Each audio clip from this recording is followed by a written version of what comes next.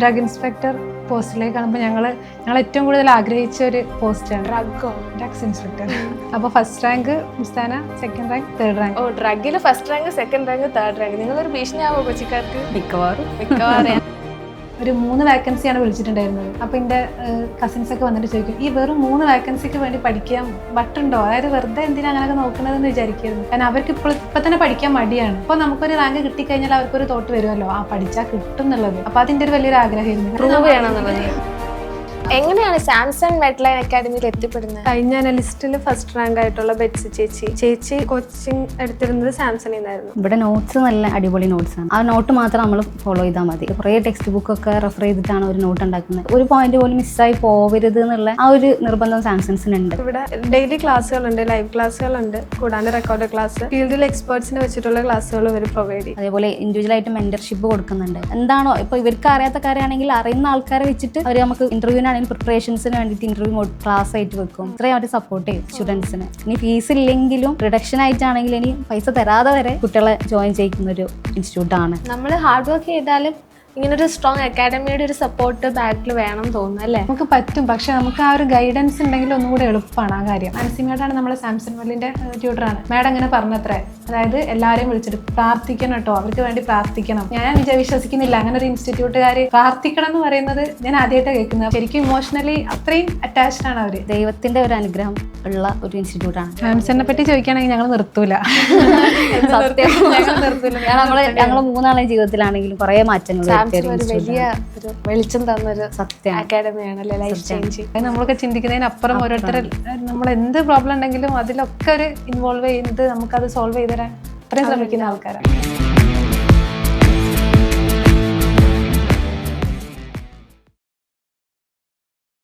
Life net ടിവിയുടെ ഒരു പുതിയ എപ്പിസോഡിലേക്ക് എല്ലാവർക്കും സ്വാഗതം. ഇന്ന് നമ്മളുടെ കൂടെ 3 പേര് ഒരുമിച്ച് പഠിച്ച്, ഒരുമിച്ച് റാങ്ക് അടിച്ച്, ഒരുമിച്ച് ലൈഫിൽ സക്സസ്ഫുൾ ആയ ഒരു 3 ലേഡി സൂപ്പർ സ്റ്റാർസ് ആണ് നമ്മുടെ ഒപ്പം ഉള്ളത്. Welcome Mustana, Sobiha and Thansiya. എന്താണ് സന്തോഷമില്ലാത്ത? ഇപ്പൊ എത്തി നിൽക്കുന്നത് സാംസങ് മെഡ്ലൈൻ അക്കാഡമിയിലാണ്. എങ്ങനെയാണ് ഇവിടെ വരെ എത്തിയ ഒരുമിച്ചുള്ള ഒരു ജേർണി? അപ്പൊ ഞങ്ങള് ബിഫാം സെപ്പറേറ്റ് ആയിരുന്നു. എന്ന് വെച്ചാല് ഓള് ഞങ്ങളുടെ സീനിയർ ആയിരുന്നു. അവർ രണ്ടുപേരും ഒരു കോളേജിലായിരുന്നു. ഞാൻ ആലപ്പുഴയിലായിരുന്നു പഠിച്ചത്. ആലപ്പുഴ എവിടെ? ആലപ്പുഴ തുറവൂര്. പഠിച്ചത് മെഡിക്കൽ കോളേജിലായിരുന്നു. മെഡിക്കൽ കോളേജിലായിരുന്നു പഠിച്ചത്. അത് കഴിഞ്ഞ് പിന്നെ എംഫാം ഫാർമസ്യൂട്ടിക്സ് കോഴിക്കോട് വെച്ചിട്ടാണ് ഞങ്ങൾ കണ്ടുമുട്ടുന്നത്. എങ്ങനെയുണ്ടായിരുന്നു കണ്ടിട്ട്? ആക്ച്വലി ഞാൻ ബിഫാം കോഴിക്കോട് മെഡിക്കൽ കോളേജിലാണ്. അവിടെ എൻ്റെ ജൂനിയറാണ് സോബിയ. പിന്നെ അവിടെ 2019 ബിഫാം കഴിഞ്ഞത്. പിന്നെ ഒരു വർഷം ഗ്യാപ്പ് ഉണ്ടായിരുന്നു. അത് കഴിഞ്ഞിട്ടാണ് പിന്നെ എംഫാമിന് കയറുന്നത്. എംഫാമിന് അവിടെ എൻ്റെ ജൂനിയർ ആണെങ്കിലും അപ്പോൾ എംഫാമിന് എൻ്റെ കൂടെയാണ് സോബിയ. പിന്നെ തൻസിയ വന്നു. അവിടെ വെച്ചിട്ടാണ് പരിചയപ്പെടുന്നത്. ഫസ്റ്റ് ആരും നമുക്ക് അത്ര അറിയില്ലല്ലോ. പിന്നെ കൊറോണ ടൈം ആയിരുന്നു, ഫുൾ മാസ്ക് കാര്യങ്ങളൊക്കെ ആയിരുന്നു. അങ്ങനെ ഒരു അറ്റാച്ച്മെന്റ് ആദ്യം ഉണ്ടായിരുന്നു. മാസ്ക് വെച്ച് അറ്റാച്ച്മെന്റ് ആയോ? അല്ല, മാസ്ക് വെച്ച് അതൊരു ഫേസ് അങ്ങനെ ആയിരുന്നു. ആദ്യം ഒന്നും ഒരു കണക്ഷൻ ഒന്നും ആരും തമ്മിൽ അങ്ങനെ ഇല്ലായിരുന്നു. പിന്നെ ഇവര് ഡേ സ്കോളേഴ്സ് ആയിരുന്നു, ഞാൻ ഹോസ്റ്റലർ ആയിരുന്നു. അങ്ങനെ ഭക്ഷണമൊക്കെ ഉണ്ടാക്കി തരുമായിരുന്നു. അങ്ങനെ ഇപ്പൊ എന്തിലൊക്കെ റാങ്ക് അടിച്ചിരിക്കുന്നത്? റാങ്കിന്റെ ഒരു ഘോഷയാത്രയാണല്ലോ ജീവിതത്തില്. പറഞ്ഞോ. ഡ്രഗ് ഇൻസ്പെക്ടർ പോസ്റ്റിലേക്ക് കാണുമ്പോൾ ഞങ്ങൾ ഏറ്റവും കൂടുതൽ ആഗ്രഹിച്ച ഒരു പോസ്റ്റാണ് ഡ്രഗ്സ് ഇൻസ്പെക്ടർ. ആ ഡ്രഗ് അല്ല.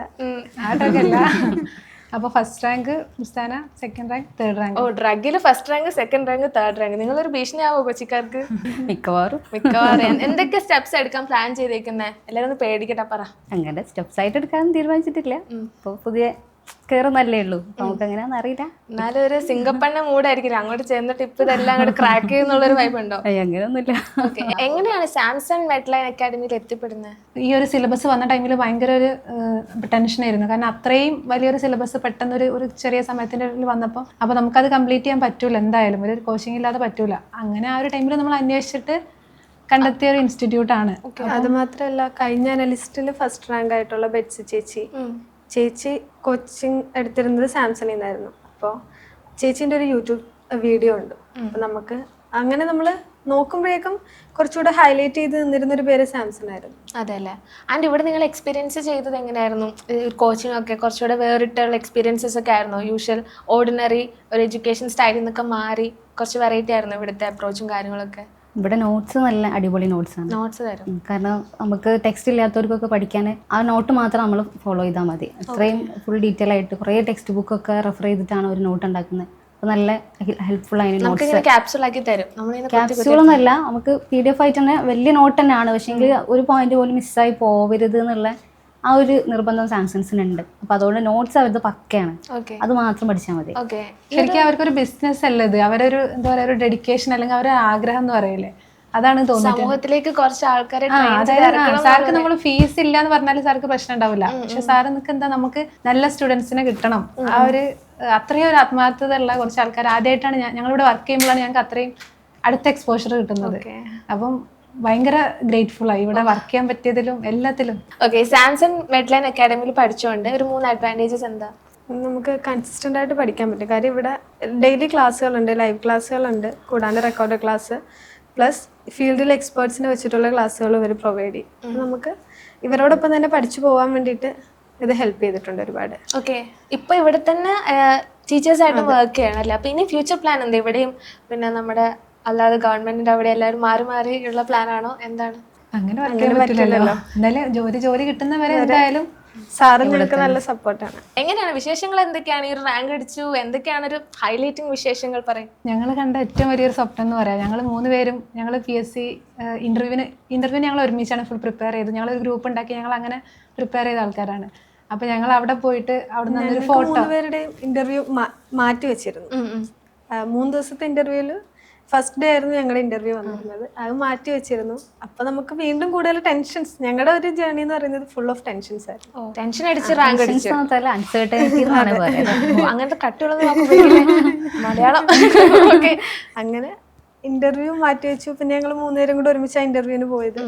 പിന്നെ അവിടെ ചെന്നപ്പോൾ ഞങ്ങൾക്ക് ഒരു ആഗ്രഹം ഉണ്ടായിരുന്നു PSCന്റെ മുന്നിൽ നിന്ന്, കാര്യം റാങ്ക് ലിസ്റ്റ് വരുമ്പോഴേക്കും ഞങ്ങളുടെ ഇതുപോലെ PSC ഓഫീസിന്റെ മുന്നിൽ നിന്ന് ഒരു ഫോട്ടോ എടുക്കണമെന്നുണ്ടായിരുന്നു. പക്ഷെ അത് നടന്നില്ല. പക്ഷെ ഞങ്ങളത് ശംഖുമുഖത്ത് വെച്ചെടുത്തു. ഞങ്ങൾ ഒരുമിച്ച് ഞങ്ങൾ 3 പേരും ഇങ്ങനെ ആവട്ടെ എന്ന് ആഗ്രഹിച്ചു. റാങ്ക് കിട്ടി നേരെ എന്നിട്ട് ഞങ്ങൾ നേരെ അങ്ങോട്ട് പോയി. അൺഎക്സ്പെക്റ്റഡ് ആണ് സത്യം പറഞ്ഞാൽ. നിങ്ങളൊക്കെ മലപ്പുറത്തുനിന്നാ? ആലപ്പുഴയാണ്? കോഴിക്കോട്. കോഴിക്കോട് നിന്നാണ്. ഹസ്ബൻഡിന്റെ വീട് മലപ്പുറമാണ്. എങ്ങനെയാണ് ഇത്ര കുതിച്ചു പൊങ്ങി റാങ്ക് അടിച്ചത്? സപ്പോർട്ട് തന്നെ, അത് ഫാമിലിന്റെ സപ്പോർട്ട് എന്ന് പറയുന്നത് അത്രയും വലുതാണ്. ഹസ്ബൻഡ് ആയാലും ഫാമിലി, മോനുണ്ട്. ഞാനിപ്പോൾ 2 മാസം പ്രായമുള്ളപ്പോഴാണ് എംഫാമിന് ചേരുന്നത് മോന്. എന്റെ ചേച്ചി, ഞാനൊന്നും ഇങ്ങനെ ഇരുന്നിട്ട് എനിക്ക് താങ്ങുന്നില്ല. അപ്പൊ നിങ്ങൾ പ്രഗ്നന്റ് ആയിട്ടൊക്കെ ചെയ്തെന്ന് കേൾക്കുമ്പോൾ എനിക്ക് പേടിയാവാ. പ്രഗ്നന്റ് അല്ല, 2 മാസം ഡെലിവറി കഴിഞ്ഞ് 2 മാസം അങ്ങനെയാണ് എംഫാമിന് ചേരുന്നത്. അങ്ങനെ അത് ഞാനൊരു 1 മന്ത് ലേറ്റ് ആയിട്ട് ജോയിൻ ചെയ്ത ഒരാളാണ്. അപ്പോൾ കുറച്ച് കഴിഞ്ഞിട്ടാണ് ഇവരായിട്ടൊക്കെ കമ്പനിയായി വന്നിട്ടുള്ളത്. ഇവരെ പരിചയപ്പെടാൻ പറ്റിയതാണ് എൻ്റെ ഒരു ലൈഫിലെ ടേണിംഗ് പോയിന്റ് ഞാൻ വിചാരിക്കുന്നത്. കാരണം ഇവർ 2 പേരും വന്ന ഒരു PSC ആഗ്രഹം വെച്ച് നടക്കുന്ന ആളാണ്. പക്ഷെ ഞാനങ്ങനെ എനിക്ക് എന്താ PSC എന്താണെന്ന് പോലും അറിയാത്തതിൽ ഇവർ 2 പേരും തന്ന ആ ഒരു നമുക്ക് കണ്ടിട്ട് നമുക്ക് മനസ്സിലാവുമല്ലോ, കുറച്ച് പഠിച്ചാലൊക്കെ കിട്ടുമായിരിക്കും എന്നുള്ള ഒരു തോട്ട് വന്നത് അത് ഉറപ്പായിട്ടും ഇവർ 2 പേരും കാരണമാണ്. നിങ്ങൾക്കൊക്കെ എങ്ങനെയായിരുന്നു ഒരു ജേർണി? എൻ്റെ ജേർണി കുറച്ച് സ്ട്രഗിളാണ്. കാരണം ഞാൻ BPharm ആദ്യം ഇഷ്ടപ്പെട്ട് വന്ന ഒരാളല്ല. സാധാരണ നാട്ടിൻപുറത്താണ്, മലയാളം മീഡിയത്തിലാണ് ഞാൻ പഠിച്ചത്. +2 വരെ കൊടുവള്ളി, കോഴിക്കോട് ജില്ലയിലെ കൊടുവള്ളിയാണ്. +2 വരെ മീൻസ് 10ാം ക്ലാസ് വരെ മലയാളം മീഡിയമാണ്. പിന്നെ അവിടെ കൊടുവള്ളി ഹൈസ്കൂൾ GHSS കൊടുവള്ളിയിലാണ് +2 കഴിഞ്ഞത്. അത് കഴിഞ്ഞ് എൻട്രൻസിന് പോകണമെന്നുണ്ടായിരുന്നു. +2 കുറച്ച് കുഴപ്പമില്ലാത്ത മാർക്കുള്ളതുകൊണ്ട് MBBS അങ്ങനെ പോകണമെന്നുണ്ടായിരുന്നു. പക്ഷേങ്കിൽ ഫിനാൻഷ്യലി കുറച്ച് ബുദ്ധിമുട്ടുള്ളതുകൊണ്ട് എന്തെന്ന് വെച്ചാൽ എൻട്രൻസ് ഒന്നും എഴുതി, പക്ഷേ കിട്ടിയില്ല. അപ്പോൾ കെമിസ്ട്രി ഇഷ്ടമാണ്. അപ്പോൾ കെമിസ്ട്രി ഇഷ്ടമുള്ളതുകൊണ്ട് അത് മാത്സ് ഇഷ്ടമില്ല, ഇംഗ്ലീഷ് ഇഷ്ടമില്ല. അപ്പോൾ അത് രണ്ടും ഇല്ലാത്തൊരു സബ്ജക്റ്റ് സെലക്ട് ചെയ്യണമെന്നുണ്ട്. അപ്പോൾ നോക്കിയപ്പോൾ കെമിസ്ട്രി ഇഷ്ടമാണ്, ബയോളജി ഇഷ്ടമാണ്, ഫിസിക്സ് ഇഷ്ടമാണ്. അപ്പോൾ ഞാൻ വിചാരിച്ചു മീൻസ് മാത്സ് ഇല്ല, ഇംഗ്ലീഷ് ഇല്ല. അപ്പോൾ പിന്നെ ഒരു ഓപ്ഷൻ ഉള്ളത് ഇംഗ്ലീഷ് ഞാൻ എടുത്തത്. ഇംഗ്ലീഷിനോട് എന്താ? ഇംഗ്ലീഷ് മാർക്ക് സ്കോർ ചെയ്യാൻ പറ്റുന്നില്ല. ഏത് അങ്ങനെയൊക്കെ ചെയ്യും, പക്ഷേ മാർക്ക് സ്കോർ ചെയ്യാൻ പറ്റില്ല. മാത്സ് ആണെങ്കിലും മാർക്ക് അങ്ങനെ സ്കോർ ചെയ്യാൻ പറ്റില്ല. അപ്പോൾ വെറുതെ ഇഷ്ടമില്ലാത്ത ഒരു സബ്ജക്റ്റ് കൂടെ വെച്ചിട്ട് സ്ട്രഗിൾ ചെയ്യാനായിട്ട് നല്ലത് ഇഷ്ടമുള്ള ഒരു വിഷയമുള്ള കോഴ്സ് എടുക്കുന്നത്. അപ്പോൾ അങ്ങനെ നോക്കിയപ്പോഴാണ് പിന്നെ കെമിസ്ട്രിയാണ്, BPharmനെ പറ്റി അന്വേഷിച്ചപ്പോൾ കെമിസ്ട്രിയാണ് കൂടുതലുള്ളത്. 4 വർഷം കെമിസ്ട്രി ഉണ്ടെന്ന് മനസ്സിലായി. അങ്ങനെയാണ് പിന്നെ BPharm സെലക്ട് ചെയ്യുക. അത് ഞങ്ങൾ ഗ്രൂപ്പ് ഉണ്ടായിരുന്നു. +2 ഒരു 5 പേര് ഒരുമിച്ചൊരു ബെഞ്ചിൽ. അങ്ങനെയാണ് +2 കംപ്ലീറ്റ് 2 ഇയേഴ്സ് ഞങ്ങൾ 5 പേരും. അപ്പോൾ ഞങ്ങൾ എല്ലാവരും കൂടെ +2 കഴിഞ്ഞപ്പോൾ ഇങ്ങനെ ആലോചിച്ച് എന്ത് കോഴ്സ് പഠിക്കും. അപ്പോൾ ഓരോരുത്തർ 5 പേരും 5 ഫീൽഡിലേക്കാണ് പോയത്. ഞാൻ പിന്നെ കെമിസ്ട്രി ഇഷ്ടമായതുകൊണ്ട് BPharm ഉണ്ട്. അന്ന് നമ്മൾ പറയുമ്പോൾ മരുന്നെടുക്കുന്ന ഒരാളെന്ന് എല്ലാവരും പറയാം. BPharm കഴിഞ്ഞാൽ മരുന്നെടുത്ത് കൊടുക്കുന്ന ഒരാൾ എന്നുള്ള പേര് ലാബിലാണ് ഉണ്ടാവുന്നത് സാധാരണ. അങ്ങനെ BPharmന് അപ്ലൈ ചെയ്ത്. അതേപോലെ ഫിസിക്സ് ഇഷ്ടമായിരുന്നു. അപ്പോൾ ഫിസിക്സിന് ക്രിസ്ത്യൻ കോളേജിൽ, കോഴിക്കോട് ക്രിസ്ത്യൻ കോളേജിൽ സിമ്പിൾ ആയിട്ടുള്ള കാര്യങ്ങളൊന്നും ഇഷ്ടമല്ലല്ലോ, എല്ലാം കുറച്ച് ഇഷ്ടമുള്ള ഉള്ളിൽ ഇഷ്ടമുള്ള ഒരു കാര്യം ചെയ്യാന്ന് മാത്രം. അങ്ങനെ ഇഷ്ടമില്ലാത്തൊരു പാഷൻ എന്ന് പറഞ്ഞാൽ അങ്ങനെയാണല്ലോ, ഇഷ്ടമുള്ള കാര്യം ചെയ്യുക, അതിൽ സന്തോഷം കണ്ടെത്താന്നല്ലോ. അപ്പോൾ ഫിസിക്സ് ഇഷ്ടമാണ്, കെമിസ്ട്രി ഇഷ്ടമാണ്. അപ്പോൾ ഫിസിക്സിലേക്ക് പോവാം, അതിന് അപ്ലൈ ചെയ്തു. ഡിഗ്രി കോഴ്സായിട്ട് ബിഫാമിന് അപ്ലൈ ചെയ്തിട്ട് ഫിസിക്സ് ക്രിസ്ത്യൻ കോളേജിൽ കിട്ടി. അവിടെ ജോയിൻ ചെയ്ത് ഒരു 2-3 മാസം അവിടെ പോയി. അപ്പോൾ അവിടെ കോളേജൊക്കെ ആയിട്ട് കംഫർട്ടായി. പിന്നെ എനിക്ക് തോന്നി ഡിഗ്രി പഠിച്ചു കഴിഞ്ഞാൽ ഡിഗ്രി കംപ്ലീറ്റ് ആകുമ്പോഴത്തേക്കിനും കല്യാണം കഴിച്ച് വിടും. കാരണം ഡിഗ്രി കഴിഞ്ഞാൽ പിന്നെ പി ജി കൂടി എടുത്താലേ ജോലി, വീടൊക്കെ കഴിയണമല്ലോ ജോലി കിട്ടണമെങ്കിൽ. അപ്പോൾ ജോലിയായിരുന്നു ശരിക്കും ആ സമയത്ത് ഇമ്പോർട്ടൻസ്, പഠനത്തിനെക്കാട്ടിലും ജോലി വേണം. അപ്പോൾ ബിഫാം എടുത്തു കഴിഞ്ഞാൽ ലാസ്റ്റ് നമുക്കൊരു എന്തുണ്ട്, ജോലി ഉണ്ട്. പിന്നെ പഠിക്കുമ്പോൾ തന്നെ നിങ്ങൾക്ക് നല്ലൊരു വിഷൻ ഉണ്ട്, എവിടെ എത്തണം, എവിടെയെങ്കിലും ജോലി വേണം, അത് മാത്രമേ ജോലി വേണം. എന്ത് ജോലിയെന്ന് ഉണ്ടായിരുന്നില്ല, ജോലി വേണം. ഇപ്പൊ കണ്ടിട്ടില്ലേ കുട്ടികൾ 18 ആകുമ്പോൾ ഓട്ടോ പിടിച്ച് ഓടാൻ നിൽക്കുകയാണ്. അത് വെച്ച് നോക്കുമ്പോൾ നിങ്ങൾ ഭയങ്കര അന്ന് തന്നെ നല്ല ക്ലാരിറ്റി ഉള്ള പോലെ തോന്നണം. പിന്നെ ബിഫാമിന് കഴിഞ്ഞ ഞാൻ 4 വർഷം കഴിഞ്ഞാൽ എന്തായാലും ഫാർമസിസ്റ്റ് ആയിട്ട് കയറാമല്ലോ. അപ്പോൾ പി ജി വേണോ നിർബന്ധമില്ല. അങ്ങനെ ബിഫാമിന് കയറി. മീൻസ് ഫിസിക്സിനെ അവിടെ ജോയിൻ ചെയ്ത് 2-3 മാസം കഴിഞ്ഞപ്പോഴാണ് ബിഫാമിന് അഡ്മിഷൻ കിട്ടിയത്. ആദ്യം കിട്ടിയത് ഇവിടെ മീൻസ് കോട്ടയത്തായിരുന്നു. അവിടെ പോകാൻ നിൽക്കുമ്പോഴാണ് അലോട്ട്മെൻറ്റ് മാറിയിട്ട് കോഴിക്കോട് മെഡിക്കൽ കോളേജിൽ ബിഫാമിന് കിട്ടി. ബിഫാമിന് പോയപ്പം ഇംഗ്ലീഷും മാത്സും ഇഷ്ടമില്ലാത്തതുകൊണ്ടാണ് ബിഫാമിൽ എത്തിയത്. പക്ഷെ അവിടെ എത്തിയപ്പോൾ +2 കണ്ട സബ്ജക്റ്റ് ഒന്നും അല്ല, ഇഷ്ടംപോലെ ഫുൾ ഇംഗ്ലീഷാണ്. കെമിസ്ട്രി ഒന്നും നമ്മൾ കണ്ട ലെവലേ അല്ല, വേറെ ലെവൽ കെമിസ്ട്രികളാണ്. പിന്നെ ഒരു മാസം 2 മാസം അവിടെ കുറച്ച് സ്ട്രഗിളായി നിന്നാലും പിന്നെ ഒരു സെക്കൻഡ് ഇയർ ആയപ്പോൾ പിന്നെ ആ ട്രാക്കിലേക്ക് എത്തി. ഡിഗ്രി വെച്ച് തീർക്കാന്ന്, മീൻസ് ബിഫാം വെച്ച് നിർത്താമെന്ന് വിചാരിച്ചാൽ കഴിഞ്ഞ് ജോലിക്ക് കയറാം. അപ്പോൾ 4th ഇയർ ആയപ്പോഴാണ് PSC ആ സമയത്ത് മനസ്സിലില്ല, പറഞ്ഞുതരാൻ ആരുമില്ല. PSC എന്നുള്ളൊരു വേർഡ് പോലും അന്ന് അറിയണ്ടായില്ല സത്യം പറഞ്ഞാൽ. പിന്നെ എപ്പോഴാണ് അറിഞ്ഞേ? ശരിക്കും പറഞ്ഞാൽ ബിഫാം കഴിഞ്ഞിട്ടാണ് അറിയുന്നത്. ബിഫാമിൽ പറയുകയാണെങ്കിൽ 4th ഇയർ ഒക്കെ ആയപ്പോഴാണ് ബിഫാം എന്താണ്, ഫാർമസി എന്താണ് അങ്ങനെയൊക്കെ അറിയണത്. പക്ഷെ നമ്മൾ ഡെപ്തിൽ വായിക്കുമ്പോൾ നമുക്ക് മനസ്സിലാവില്ല ഇന്ന സബ്ജക്ട്സുകളാണ്, ഇത്രയും കാര്യങ്ങളൊക്കെ ഉണ്ടെന്ന്. അപ്പോഴാണ് മനസ്സിലായത് മരുന്നെടുത്ത് കൊടുക്കുന്ന കാര്യം മാത്രമല്ല ഇതിലുള്ളത്, നമുക്ക് അതിനെക്കാട്ടിലും അപ്പുറം ചെയ്യാനുണ്ട്. അങ്ങനെയാണ് പിന്നെ എൻട്രൻസ് ചെയ്ത് GPAT. അന്ന് GPAT ഉണ്ടെന്നും അറിയില്ല, എൻട്രൻസ് ഉണ്ടെന്നും അറിയില്ല. ഇതൊക്കെ എങ്ങനെ തപ്പി? ടീച്ചേഴ്സ് പറയുമല്ലോ, നമ്മൾ ഇടയ്ക്കിടയ്ക്ക് വന്ന് ഇങ്ങനെ ലാബിലൊക്കെ ആണെങ്കിലും ചെറിയ കാര്യങ്ങൾ പറയുമ്പോൾ പഠിപ്പിച്ചിട്ടായിരുന്നു. എനിക്ക് ഇന്നൊരു സംശയം കേട്ടിട്ട് ടീച്ചർ പറയുന്ന ഓരോ പോയിന്റ് നോട്ട് ചെയ്ത് വെച്ചൊക്കെ ചെയ്യുന്നു അല്ലേ? അല്ലേ അതന്നെ സിൻസിയർ ആയിട്ട് വർക്ക് ചെയ്യുന്ന ഒരാളാട്ടോ. ടീച്ചേഴ്സിന്റെ ഇടക്കാണെങ്കിലും നല്ലൊരു മതിപ്പുള്ള ഒരാളാണ്. അങ്ങനെയൊന്നും ഇല്ല, പൊക്കല്ലേ കുറച്ച്. അപ്പോൾ അങ്ങനെ ടീച്ചേഴ്സ് ഒക്കെ ഇങ്ങനെ വന്ന് പറയും, PSC ജലീൽ സാറിൻ്റെ ഒക്കെ ഓർമ്മയുണ്ട്, PSC ഉണ്ട് എഴുതണം, പിന്നെ GPAT ഉണ്ട്, അതേ എംഫാമിനുള്ള അഡ്മിഷൻ ഉള്ളതാണെന്നൊക്കെ പറഞ്ഞിട്ട്. അങ്ങനെ ബിഫാം കുറച്ച് സ്റ്റോറി സമയം എനിക്ക് കുറച്ച് റെസ്റ്റ് വേണം ചേച്ചി പറയുന്നു, കുറച്ച് ഷോർട്ടേക്ക് പറഞ്ഞു. അപ്പോൾ എന്താണ് പറയുക, ബിഫാം 4th ഇയർ ആയി. പിന്നെ GPAT എഴുതി. ആ സമയത്ത് കിട്ടുമായിരുന്നു, പക്ഷേ പല കാരണം കൊണ്ട് പോകാൻ പറ്റിയില്ല. പിന്നെ ഒരു വർഷത്തെ ഗ്യാപ്പ്, കൊറോണയൊക്കെ ആയി. അങ്ങനെ PSCയുടെ ആ ഒരു ജേർണി സ്ട്രഗിൾ ആയിരുന്നു. അപ്പോൾ ആ സമയത്ത് ആ ഒരു വർഷം ഗ്യാപ്പ് വന്നല്ലോ. ആ സമയത്ത് മാരേജ് ഉറപ്പിച്ചു, അങ്ങനെ കുറച്ച് കാര്യങ്ങളൊക്കെ ആയി. അപ്പോൾ കോഴിക്കോട് കിട്ടുകയാണെങ്കിൽ മാത്രം പോയാൽ മതി എന്നായിരുന്നു അന്ന്. അപ്പോൾ കണ്ണൂരേ കിട്ടുള്ളൂ, അപ്പോൾ അന്ന് പോയില്ല. അങ്ങനെ കോഴിക്കോട് അഡ്മിഷൻ കിട്ടാൻ വേണ്ടി രണ്ടാമത് വീണ്ടും GPAT എഴുതി. അപ്പം പിന്നെ ഒരു വർഷം കഴിഞ്ഞിട്ട് അതിൻ്റെ റിസൾട്ട് കാര്യങ്ങളൊക്കെ വരുള്ളൂ. അപ്പോൾ അതിൻ്റെ ഇടയ്ക്ക് ഒരു ജോലി കിട്ടി, കോട്ടപ്പറമ്പ് ഹോസ്പിറ്റലിൽ ജോലി കിട്ടി. അവിടെ പോയപ്പോൾ അവിടെ ഒരു ഫാർമസിസ്റ്റ് ഉണ്ട്. ആ ഫാർമസിസ്റ്റ് PSC ലാസ്റ്റ് മൊമെന്റിൽ കയറാൻ നിൽക്കുക, ഒരു വേക്കൻസി വന്ന ആൾ കയറുന്നുള്ള. അപ്പോൾ അവരിങ്ങനെ പറയുന്നുണ്ട് PSC, അങ്ങനെയാണ് ആ PSCനെ പറ്റി അറിയണത്. അങ്ങനെ ഒരു മാസം മുന്നിൽ ഒരു എക്സാം വന്നു, പഠിച്ചോന്ന് പറഞ്ഞ്. അപ്പോൾ ഒരു മാസം ഉണ്ട്, ജോലി ചെയ്യേണ്ട. അപ്പോൾ ഒരു ഹോസ്റ്റലിൽ നിന്നിട്ട് ജസ്റ്റ് ഒരു അങ്ങനെ എഴുതി, അതിൽ ലിസ്റ്റിൽ വരാൻ പറ്റി. അങ്ങനെയാണ് PSC തുടങ്ങിയത്, പരിപാടി അവിടെ തുടങ്ങിയത്. എങ്ങനെ വന്നു സാംസൺസിലേക്ക് വന്നത്? PG ഒക്കെ കഴിഞ്ഞതിന് ശേഷം. അന്ന് ആ ലിസ്റ്റിൽ വന്നല്ലോ, ആ ലിസ്റ്റിൽ വന്നതിന് ശേഷം ജോലി കിട്ടും എന്നൊക്കെ വിചാരിച്ചു. പക്ഷേങ്കിൽ വേക്കൻസി കുറവായതുകൊണ്ട് 47th എല്ലാവരും വന്ന് കിട്ടുന്നു. പക്ഷേങ്കിൽ വേക്കൻസി കുറവായതുകൊണ്ട് പിന്നെ കയറാൻ പറ്റില്ല. നമ്മൾ ഹാർഡ് വർക്ക് ചെയ്താലും ഇങ്ങനൊരു സ്ട്രോങ് അക്കാഡമിയുടെ ഒരു സപ്പോർട്ട് ബാക്കിൽ വേണം തോന്നുന്നു അല്ലേ? അല്ലാതെ PSC അല്ലെങ്കിൽ എന്ത് ഗവൺമെന്റ് എക്സാംസ് ഒക്കെ ക്രാക്ക് ചെയ്യാൻ കുറച്ച് ബുദ്ധിമുട്ടാണ്.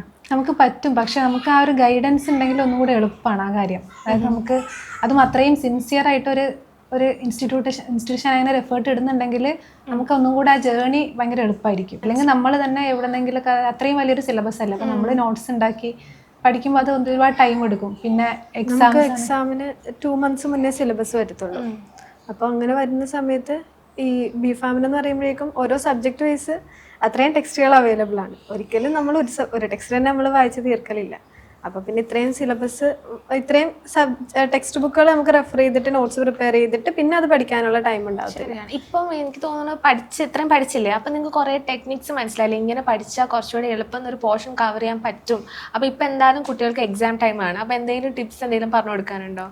ശരിക്കും പറഞ്ഞാൽ നമ്മൾ ടിപ്സ് ആയിട്ട് ഓരോരുത്തർക്കും ഓരോ രീതിയായിരിക്കും. അപ്പോൾ നമുക്കൊരു ഫോളോ പറ്റുമ്പോഴാണ് നമ്മൾ അതിൽ നിന്ന് എന്താണ് ഫോൾട്ട് എന്ന് മനസ്സിലാക്കുക. ചിലർക്ക് പെട്ടെന്ന് കുറച്ചൊരു സമയം കൊണ്ട് തന്നെ എഴുതി തീർക്കാനും അല്ലെങ്കിൽ കുറച്ച് സമയം കൊണ്ട് പഠിച്ചു കഴിഞ്ഞാൽ പെട്ടെന്ന് കയറാൻ പറ്റും, അങ്ങനെ ഉണ്ടാവും. ചിലർക്ക് അത്രക്ക് ഒരു കപ്പാസിറ്റി ഉണ്ടായിക്കോണമെന്നില്ല. ഞാനൊക്കെ അങ്ങനെയാണ്.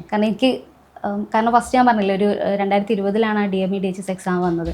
അതിലെനിക്ക് എന്താ പറയുക, ഇതേപോലെ ഒരു ഗൈഡൻസ് ഇല്ലാത്തതുകൊണ്ട് ഇങ്ങനെ സിലബസോ കാര്യങ്ങളോ ബേസിക് ഉണ്ടോ എന്ന് പറഞ്ഞുതരാനും ആരും ഉണ്ടായിരുന്നില്ല. ഞാൻ ചോദിച്ചിട്ടുമില്ല, കാരണം അറിയില്ലല്ലോ ഫീൽഡിനെ പറ്റി. അപ്പോൾ അങ്ങനെ പറഞ്ഞു തരാനൊക്കെ ഒരാളുണ്ടെന്നുണ്ടെങ്കിൽ നമുക്ക് പെട്ടെന്ന് ക്രാക്ക് ചെയ്യാൻ വേണ്ടി പറ്റും. അല്ലാത്തവർ നമ്മൾ കുറേ സമയം എടുക്കും, വർഷങ്ങൾ. ചിലർ 6 മാസം കൊണ്ട് എഴുതി തീർക്കുന്നവരുണ്ടാവും, ചിലർ വർഷങ്ങളായിട്ട് എഴുതുന്നവരുണ്ടാവും. കുറച്ചൊരു വർഷം നല്ലൊരു ഗൈഡൻസ് ഉണ്ടെങ്കിൽ കുറഞ്ഞ സമയത്തിനുള്ളിൽ തന്നെ കയറാൻ പറ്റും. ആർക്കും പറ്റാത്ത കാര്യമില്ല, എല്ലാവർക്കും പറ്റുന്ന. അതെ, ഇപ്പോൾ PSCൻ്റെ പ്രിപ്പറേഷൻ അല്ലാതെ ഇപ്പോൾ സ്കൂൾ മക്കൾക്കൊക്കെ ഇപ്പം എക്സാം ആണല്ലോ. അപ്പോൾ അവർക്കൊക്കെ എന്തെങ്കിലും ഇത്രയും പഠിച്ചു കഴിയുമ്പോൾ എന്തെങ്കിലും ഒരു ഐഡിയ കിട്ടുമല്ലോ. ഇങ്ങനെ ഒന്ന് ട്രൈ ചെയ്താൽ ഒരു അടിപൊളി മെത്തേഡ് ഉണ്ടെന്ന് പറഞ്ഞാൽ എന്താ പറഞ്ഞു കൊടുക്കുക? നമ്മൾ റിവൈസ് ചെയ്യുക, റിവൈസ് ചെയ്യാൻ പറ്റുമോ അത്രയും റിവൈസ് ചെയ്യുക. പിന്നെ എനിക്ക് തോന്നിയിട്ടുണ്ട് ഈ പഠിക്കാൻ സമയം എന്തൊരു മടിയാന്ന് പറയുക. എൻ്റെ ചേച്ചി തുണി അലക്കാൻ തന്നെ മടിയാണ്. നിങ്ങൾ എങ്ങനെ ഇതെല്ലാം കൂടെ മടിയില്ലാണ്ട് പഠിക്കുക? ഒരു കാര്യം ചെയ്യാൻ പിന്നെ ആവട്ടെ, നാളെ ആവട്ടെ എന്നൊരു മൈൻഡ് എല്ലാവർക്കും എപ്പോഴും വരും. നിങ്ങൾ ആ ഒരു സാധനം ഉണ്ടായിട്ടുണ്ടോ എന്ന് അറിയില്ല. ഇനി ഉണ്ടെങ്കിൽ എങ്ങനെ അത് ഓവർകം ചെയ്തിട്ടുണ്ടായിരുന്നത്? അത് എല്ലാവർക്കും മടി മെയിൻ ആയിട്ട് എന്തായാലും ഫസ്റ്റ് ഉണ്ടാവും. പക്ഷെ നമുക്ക് നമ്മളെ സിറ്റുവേഷൻ, നമുക്കൊരു ജോലി അത്യാവശ്യമാണെന്ന് കാണുമ്പോൾ നമ്മൾ പഠിക്കുമല്ലോ. അപ്പൊ ഞങ്ങൾ 3 ആളും അങ്ങനെ ഒരു സിറ്റുവേഷനിലൂടെ പോകുന്നതുകൊണ്ട് തന്നെ ഞങ്ങൾക്ക് ഇനിയിപ്പോ വേണ്ട കുറച്ച് കഴിഞ്ഞെന്നുള്ള ഒരു തോന്നലിനെ എങ്ങനെ എന്താലോചിക്കുമ്പോഴേക്കായിരുന്നു നിങ്ങൾക്ക് ഒരു മോട്ടിവേഷൻ? ഇപ്പം നാട്ടില് ഫാർമസിയിൽ നമ്മൾ നിൽക്കുകയാണെങ്കിൽ നമുക്ക് സാലറി അവരൊരു 10 മുതൽ സാലറി പറയും അവർ. അപ്പം നമ്മൾ ഇത്രയും BPharm കഴിഞ്ഞ് MPharm കഴിഞ്ഞ് ഈ ഒരു സാലറിയിൽ വർക്ക് ചെയ്യേണ്ട ആ ഒരു സിറ്റുവേഷനാണുള്ളത്. അപ്പോൾ അത് നമുക്ക് ഒരിക്കലും ഇവിടെ എത്താൻ പറ്റില്ല എന്നുള്ളൊരു വിശ്വാസമുണ്ട്. പിന്നെ അല്ലെങ്കിൽ പുറത്തേക്ക് പോകാനുള്ള സാഹചര്യം ഇല്ലെങ്കിൽ പിന്നെ നമുക്ക് നമ്മളെ കൈ വന്ന് യൂസ് ചെയ്ത് നോക്കാമെന്ന് വിചാരിക്കൂലേ. അങ്ങനെ എത്തിപ്പെട്ട ആൾക്കാരാണ് ഞങ്ങൾ എല്ലാവരും. കാര്യം യങ്സ്റ്റേഴ്സിനൊക്കെ ആണെങ്കിലും എനിക്കൊക്കെ മടിയോണ്ട് ജീവിതം 90% മടിയാണ്. അപ്പൊ ഒന്ന് ചെയ്യാൻ തന്നെ പാടാണ്. അപ്പൊ ഞാൻ ആലോചിച്ചു, ഇത്രയും മാരീഡാണ്, കുട്ടികളുണ്ട്, കുറച്ച് പേര് പ്രഗ്നന്റ് ആണ്, ഡെലിവറി കഴിഞ്ഞ സമയത്ത് ഗ്രേറ്റ്. ഞങ്ങളിങ്ങനെ പഠിക്കുന്ന സമയത്തൊക്കെ ഞാൻ ഒരു 3 വേക്കൻസിയാണ് വിളിച്ചിട്ടുണ്ടായിരുന്നത്. അപ്പോൾ എൻ്റെ കസിൻസൊക്കെ വന്നിട്ട് ചോദിക്കും, ഈ വെറും 3 വേക്കൻസിക്ക് വേണ്ടി പഠിക്കാൻ വട്ടുണ്ടോ? അതായത് വെറുതെ എന്തിനാ അങ്ങനെയൊക്കെ നോക്കണതെന്ന് വിചാരിക്കുമായിരുന്നു. അപ്പം അവരും ഒരു +2 പഠിക്കുന്ന ഒരു ടൈമാണ്. അപ്പോൾ അവരിങ്ങനെ ഞാൻ വിചാരിക്കുമായിരുന്നു, കാരണം അവർക്ക് ഇപ്പം തന്നെ പഠിക്കാൻ മടിയാണ്. അപ്പോൾ ഇപ്പം നമുക്കൊരു റാങ്ക് കിട്ടിക്കഴിഞ്ഞാൽ അവർക്കൊരു തോട്ട് വരുമല്ലോ, പഠിച്ചാൽ കിട്ടും എന്നുള്ളത്. അപ്പോൾ അതിൻ്റെ ഒരു വലിയൊരു ആഗ്രഹമായിരുന്നു. കാരണം ഇവർ എന്ന് കാണുമ്പോഴും നമ്മൾ പഠിക്കുകയായിരിക്കും. നമ്മളിങ്ങനെ പഠിക്കുക ആ ഒരു പുച്ഛത്തിനേക്കാൾ ഇവരെന്താ പഠിച്ചിട്ട് തീരാത്തത്, ഇത്ര പഠിച്ചിട്ട് എന്താ ഓറാക്കാണല്ലോ അങ്ങനെ ഒരു സാധനം. റാങ്ക് കിട്ടിക്കഴിഞ്ഞാൽ അവർ കണ്ടായിരുന്നോ? എന്തായിരുന്നു പറഞ്ഞത്? അല്ല, അങ്ങനെയല്ല, അവർക്ക് കിട്ടുന്ന ആൾക്ക് അറിയില്ല. അതായത് അവർ വിചാരിക്കുന്ന എന്താ, ഇങ്ങനെ പഠിച്ചിട്ട് എന്താ ഇത്ര കാലം, അതായത് 27 ഞങ്ങളൊക്കെ 26-27 വയസ്സായി എന്നുള്ള ഒരു ഇതിലൊരു പ്രായമല്ല. എന്തായാലും ഇപ്പം ഭയങ്കര സന്തോഷം. കാരണം അങ്ങനെയെങ്കിലും ആർക്കെങ്കിലും ഒരാൾക്കെങ്കിലും ഈ പഠിച്ചാൽ ഒരു കാര്യം ഉണ്ടാവും എന്നുള്ളൊരു തോട്ട് മനസ്സിൽ വന്നാൽ മതി. അത്രയും പറഞ്ഞാൽ അറിയാത്തതുകൊണ്ടാണ് ഗവൺമെന്റ് ജോലി ഇത്രയും പഠിക്കാനുണ്ട്, അല്ലെങ്കിൽ അങ്ങനെ ഒരു ഫീൽഡ് ഉണ്ടെന്ന് പോലും നാട്ടിൻപുറത്തുള്ള ആൾക്കാർക്ക് അറിയില്ല. അല്ലെങ്കിലും അറിയില്ല. ഞാൻ ട്രൈ ചെയ്തതാ. എന്റെ ദൈവമേ, ഒന്നും പറയണ്ട. 2-3-4 ക്ലാസ്സിന് ഇരുന്നു. അതിനോടുകൂടി ഞാൻ സലാം പറഞ്ഞിട്ട് എണീറ്റ് പോയി. പക്ഷെ ഇച്ചിരി ഒരു ഡെഡിക്കേഷനും കൺസിസ്റ്റൻസിയും മറ്റേ ആ ഒരു കോൺസെൻട്രേഷനും ഒക്കെ ഇതിന് ഫാക്ടർ. അത് അനുഭവിച്ച വെളിച്ചത്തിൽ മനസ്സിലായി. എന്റെ മടി അത് മടി പറഞ്ഞപ്പോഴാണ് കാര്യം. ഫസ്റ്റ് മറ്റേ DME DHSന്റെ ഇന്റർവ്യൂവിന്റെ സമയത്ത് നമുക്ക് ഇതുണ്ടാവല്ലോ, ബയോഡാറ്റ ഫില്ല് ചെയ്യാൻ. അപ്പം അതിൻ്റെ അകത്ത് വാട്ട് ഈസ് യുവർ വീക്ക്നെസ് എന്നുള്ളടത്ത് പ്രൊക്രാസ്റ്റിനേഷൻ എന്ന് എഴുതിയത്, മാറ്റി വെക്കുക എന്നുള്ള കാര്യം. പിന്നെ അത് മാറി. കാരണം DAന്റെ എക്സാം വന്നപ്പോൾ നമ്മൾ അത്രയും എഫേർട്ട് ഇടല്ലേ, അപ്പോൾ നമ്മൾ മൊത്തത്തിൽ അങ്ങ് മാറും. നമ്മൾ അത്രയും പഠിക്കുകയും ടൈമും അതേപോലെ നമ്മൾ ഡിസ്ട്രാക്ഷൻസ് ഒക്കെ മാറ്റുന്നതനുസരിച്ചിട്ട് നമ്മൾ മൊത്തം അങ്ങ് മാറും. പിന്നെ ആ മടി ഉണ്ടാവില്ല. ഇല്ലല്ലേ, നന്നാവണം. ഇനിയെങ്കിലും ഇനി ഒരുപാട് കാര്യങ്ങൾ ചോദിച്ചറിയണമെന്നുണ്ട്. അപ്പൊ ഇനി ഒരുപാട് റാങ്ക് ഒക്കെ ഇനിയും കിട്ടാൻ ട്രൈ ചെയ്യുന്നുണ്ടോ? ഇത് കഴിഞ്ഞാല് ഇപ്പൊ എന്തായാലും ഇല്ല, കഴിഞ്ഞു, സ്കൂൾ അടച്ചു. പ്രൊഫസറൊക്കെ വരാനുണ്ട്. അപ്പൊ ആ ഒരു സാഹചര്യം എന്താണെന്ന് അറിയില്ല. പറ്റുകയാണെങ്കിൽ പഠിക്കണം അങ്ങനെ. അപ്പോൾ ഓൾ ദി വെരി ബെസ്റ്റ്. അപ്പോൾ ഇനി എനിക്ക് ഇൻ്റർവ്യൂ ചെയ്യാൻ പറ്റട്ടെ, കൂടുതൽ റാങ്ക്സ് ഒക്കെ അച്ചീവ് ചെയ്യുമ്പോൾ. അപ്പം സാംസൺ മെഡ്ലൈൻ അക്കാഡമിയിൽ ജോയിൻ ചെയ്യാനൊക്കെ നിങ്ങൾ കുട്ടികളോടൊക്കെ പറയാൻ ഒരുപാട് 100 കാര്യങ്ങൾ ഉണ്ടാവുമല്ലോ. അപ്പോൾ അതുകൂടി ഒന്ന് പറഞ്ഞിട്ട് നമുക്ക് വൈൻഡപ്പ് ചെയ്യാം.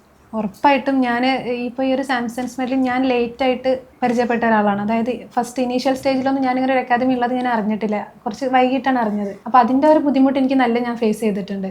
അപ്പോൾ ഞാനിപ്പോൾ ആരെ ഞാൻ കണ്ടാലും ഞാൻ കുറേ പേരെ അതിനുശേഷം ഒരു എക്സാം വിളിച്ചപ്പോൾ അപ്പോൾ ഞാൻ കുറേ പേരോട് ഞാൻ റെക്കമെൻഡ് ചെയ്തിട്ടുണ്ട്. അതായത് ഇങ്ങനെ ഒരു ഇൻസ്റ്റിറ്റ്യൂട്ട് ഉണ്ട്, ഇവിടെ എന്തായാലും ചേരണം. കാരണം നമുക്ക് ഒരു ബിസിനസ് അല്ലല്ലോ, ഞാൻ ആദ്യം പറഞ്ഞു, അവരൊരു ബിസിനസ് അല്ല, അവർക്ക് നമ്മൾ എന്താ പറയുക ആത്മാർത്ഥമായിട്ട് അവർ നമുക്ക് വേണ്ടി പ്രാർത്ഥിക്കാറുണ്ട്. അപ്പോൾ ഞാൻ ഞങ്ങൾ ഇൻ്റർവ്യൂവിൻ്റെ ടൈമിൽ ഇവിടുത്തെ ഒരു ഇൻസ്റ്റിറ്റ്യൂട്ടിലെ ട്യൂട്ടർ ഇങ്ങനെ വിളിച്ചിട്ട് പറഞ്ഞു, ആൻസി മാഡമാണ് നമ്മളെ സാംസൺ വെല്ലിൻ്റെ ട്യൂട്ടറാണ്. മാഡം ഇങ്ങനെ പറഞ്ഞത്രേ, അതായത് എല്ലാവരെയും വിളിച്ചിട്ട് പ്രാർത്ഥിക്കണം കേട്ടോ, അവർക്ക് വേണ്ടി പ്രാർത്ഥിക്കണം. അപ്പോൾ ഞാൻ വിശ്വസിക്കുന്നില്ല അങ്ങനെ ഒരു ഇൻസ്റ്റിറ്റ്യൂട്ടുകാർ പ്രാർത്ഥിക്കണം എന്ന് പറയുന്നത് ഞാൻ ആദ്യമായിട്ടാണ് കേൾക്കുന്നത്. അപ്പോൾ എനിക്ക് ശരിക്കും ഇമോഷണലി അത്രയും അറ്റാച്ച്ഡ് ആണ് അവർ, അത് നമുക്ക് വേണ്ടിയിട്ട്. അപ്പോൾ അങ്ങനെ ഒരു ഇൻസ്റ്റിറ്റ്യൂട്ട് പഠിക്കാൻ പറ്റുക എന്ന് പറയുന്നത് തന്നെ ഭയങ്കര ഗ്രേറ്റ്ഫുള്ളാണ്. ഓക്കെ, ചേച്ചിക്ക് ഇവിടുന്ന് എങ്ങനെ ഉണ്ടായിരുന്നു സാംസൺ മെറ്റ്ലൈൻ അക്കാഡമിയുടെ ആ ഒരു കോച്ചിങ്ങും അവരുടെ ആ ഒരു ടെക്നിക്സ് ഒക്കെ പഠിപ്പിച്ചു തരുന്നതൊക്കെ എങ്ങനെ ഉണ്ടായിരുന്നു? സാംസൺസ് ശരിക്കും പറയുകയാണെങ്കിൽ സോബി പറഞ്ഞ പോലെ ദൈവത്തിൻ്റെ ഒരു അനുഗ്രഹം ഉള്ള ഒരു ഇൻസ്റ്റിറ്റ്യൂട്ടാണ്. കാരണം എല്ലാവരും നല്ല നിലയിലെത്തണമെന്നും അതേപോലെ അത് അക്കാഡമിക് ആയാലും അല്ലാത്ത രീതിയിലാണെങ്കിലും നല്ല നിലയിൽ എത്തണം എന്ന് ആഗ്രഹിക്കുന്ന ഒരു ഇൻസ്റ്റിറ്റ്യൂട്ടാണ്. അതേപോലെ ആൻസി മാം ആണെങ്കിലും ഉന്മേഷ് സാർ ആണെങ്കിലും എല്ലാവർക്കും വേണ്ടിയിട്ടും പ്രാർത്ഥിക്കും. പഠിക്കണം, എക്സാമിൻ്റെ തലേന്നാണെങ്കിലും വിളിച്ചിട്ട് പറയും ഓൾ ദി ബെസ്റ്റ്, നല്ലോണം പഠിക്കണം. എക്സാമൊക്കെ വിളിച്ചിട്ട് പറയും. കാരണം നമുക്കിവിടെ ലാസ്റ്റ് മോക്ക് ടെസ്റ്റ് ഒക്കെ നടത്തും. ഡെയിലി ടെസ്റ്റുകളുണ്ട്, അല്ലാതെ മോക്ക് ടെസ്റ്റുകളൊക്കെ ഉണ്ട്. അപ്പോൾ ലാസ്റ്റ് നമ്മൾ എക്സാം അടുപ്പിച്ചിട്ട് ഒരു 10-15 ദിവസം എന്തായിരിക്കും കണ്ടിന്യൂസ് ആയിട്ട് മോക്ക് ടെസ്റ്റ് ആയിരിക്കും. അതേപോലെ മൊഡ്യൂൾ വൈസ് ടെസ്റ്റ് ഉണ്ടാവും. അങ്ങനെ കുറേ കാര്യങ്ങളുണ്ട്. അപ്പോൾ അതിൽ റാങ്കിൽ മുന്നിൽ വരുന്ന ആൾക്കാർ ഒരു 5 റാങ്കിൻ്റെ ഉള്ളിലൊക്കെ വരുന്ന അതേപോലെ തന്നെ ആയിരിക്കും എക്സാമിന് എന്തുണ്ടാവുക, റിസൾട്ട് വരുമ്പം ആ 5 പേര് തന്നെ ആയിരിക്കും മെയിൻ എക്സാമിലും മുന്നിലുണ്ടാവുക. അപ്പോൾ അവർക്കറിയാമല്ലോ ഏകദേശം കിട്ടുന്നുള്ളതും അതേപോലെ പഠിക്കുന്നുണ്ടെന്നുള്ളത്. അപ്പോൾ അവരെന്ത് ചെയ്യും, മെസ്സേജ് അയക്കും. അവർക്കൊരു താല്പര്യത്തിനൊന്നിനും വേണ്ടിയിട്ടല്ല, നമുക്കൊരു പുഷായിട്ട് തരികയാണ്. അത്രയും ഓരോ സ്റ്റുഡൻറ്റിനെ ഒരു ഇൻഡിവിജ്വലായിട്ട് അനലൈസ് ചെയ്യുന്നുണ്ട്. അതേപോലെ ഇൻഡിവിജ്വലായിട്ട് മെൻറ്റർഷിപ്പ് കൊടുക്കുന്നുണ്ട്. എക്സാം കഴിഞ്ഞിട്ടാണെങ്കിലും ബാക്കിയുള്ള കാര്യങ്ങൾക്കും ഇപ്പോൾ ഇൻ്റർവ്യൂവിനാണെങ്കിലും അതിന് വേറെ ടീച്ചേഴ്സിനെ പുറത്തുനിന്ന് തന്നെ ഇപ്പോൾ ഏത് ഡിപ്പാർട്ട്മെൻറ്റാണോ ആ ഡിപ്പാർട്ട്മെൻറ്റിൽ തന്നെയുള്ള ആളെ വെച്ചിട്ട് എന്താണോ ഇപ്പോൾ ഇവർക്ക് അറിയാത്ത കാര്യമാണെങ്കിൽ അറിയുന്ന ആൾക്കാരെ വെച്ചിട്ട് അവർ നമുക്ക് ഇൻ്റർവ്യൂവിനാണെങ്കിൽ പ്രിപ്പറേഷൻസിന് വേണ്ടിയിട്ട് ഇൻ്റർവ്യൂ ക്ലാസ് ആയിട്ട് വെക്കും, ഓൺലൈനായിട്ട് വെക്കും. അല്ല ഓഫ്ലൈൻ വേണോ എന്ന് ചോദിക്കും. ഓഫ്ലൈനായിട്ട് പറ്റില്ല എന്നുണ്ടെങ്കിൽ ഓൺലൈനായിട്ട് തരാം. പോൾ വരെ ഇട്ടിട്ട് ഇങ്ങനെ ചോദിക്കും എങ്ങനെയാണ് വേണ്ടതെന്നുള്ളത്. അത്ര സപ്പോർട്ടീവ് ആയിട്ടാണ് സാംസൺസ് കുട്ടികൾ കുറേ റാങ്കിലുള്ള ആൾക്കാർ ആരോട് ചോദിച്ചാലും അവർ അതേ പറയുള്ളൂ. കാരണം അത്രയും അവർ സപ്പോർട്ട് ചെയ്യും സ്റ്റുഡൻസിനെ. ഇനി ഫീസ് ഇല്ലെങ്കിലും റിഡക്ഷൻ ആയിട്ടാണെങ്കിലും ഇനി പൈസ തരാതെ വരെ കുട്ടികളെ ജോയിൻ ചെയ്യിക്കുന്നൊരു ഇൻസ്റ്റിറ്റ്യൂട്ടാണ്. പഠിക്കണം എന്ന ആഗ്രഹം ഉള്ളതുകൊണ്ട് അവർ പൈസ ഇല്ലാത്തതുകൊണ്ട് പഠിക്കാതായി പോകരുത്, അത്രയും ആഗ്രഹിച്ചിട്ട്. അതുകൊണ്ടാണ് എനിക്ക് തോന്നുന്നത് ഇത്രയും റാങ്ക് ഇപ്പോൾ ലിസ്റ്റിലാണെങ്കിൽ ഫസ്റ്റ് റാങ്ക് ചോദിക്കുകയാണെങ്കിൽ ഞങ്ങൾ നിർത്തൂല. ഞങ്ങൾ 3 ആളെ ജീവിതത്തിലാണെങ്കിലും കുറേ മാറ്റങ്ങൾ വലിയ ഒരു വെളിച്ചം തന്നൊരു സത്യം അക്കാഡമിയാണല്ലേ ലൈഫ് ചേഞ്ച്. അത് നമ്മളൊക്കെ ചിന്തിക്കുന്നതിനപ്പുറം ഓരോരുത്തർ നമ്മൾ എന്ത് പ്രോബ്ലം ഉണ്ടെങ്കിലും അതിലൊക്കെ ഒരു ഇൻവോൾവ് ചെയ്ത് നമുക്കത് സോൾവ് ചെയ്ത് തരാൻ അത്രയും ശ്രമിക്കുന്ന ആൾക്കാരാണ്. ഓക്കെ, പ്രൊഫഷണലി എല്ലാ കാര്യത്തിലും. ഓക്കെ, അപ്പോൾ ഇതുപോലെ PSCക്കൊക്കെ പ്രിപ്പയർ ചെയ്യുന്ന മക്കളോ വൈഫോ അല്ലെങ്കിൽ ആരെങ്കിലുമൊക്കെ വീട്ടിലുണ്ടെങ്കിൽ you can contact Samson Metline Academy. എന്തുകൊണ്ടും നമ്മുടെ ലൈഫിനൊരു അസറ്റാണ്. അവർ പ്രോപ്പറായിട്ട് നമ്മളെ ഗൈഡ് ചെയ്ത് PSC മാത്രമല്ല വേറെ ഒരുപാട് കോഴ്സസ് ഉണ്ടല്ലോ. ഗൾഫിലേക്കുള്ള കോഴ്സസ് ഉണ്ട്, അതേപോലെ ക്യാബ്സ് ഓസ്ട്രേലിയ എക്സാംസ് ഉണ്ട്, പിന്നെ അങ്ങനെ GPAT ഡെന്റൽ എക്സാംസ്, അങ്ങനെ ഒരുപാട് എക്സാംസ് ഉണ്ട്. അപ്പോൾ ഈ എക്സാംസ് ഒക്കെ കാത്തിരിക്കുന്ന മക്കളൊക്കെ നിങ്ങളുടെ വീട്ടിലുണ്ടെങ്കിൽ do contact Samson Metline Academy. Thank you so much. Thank U.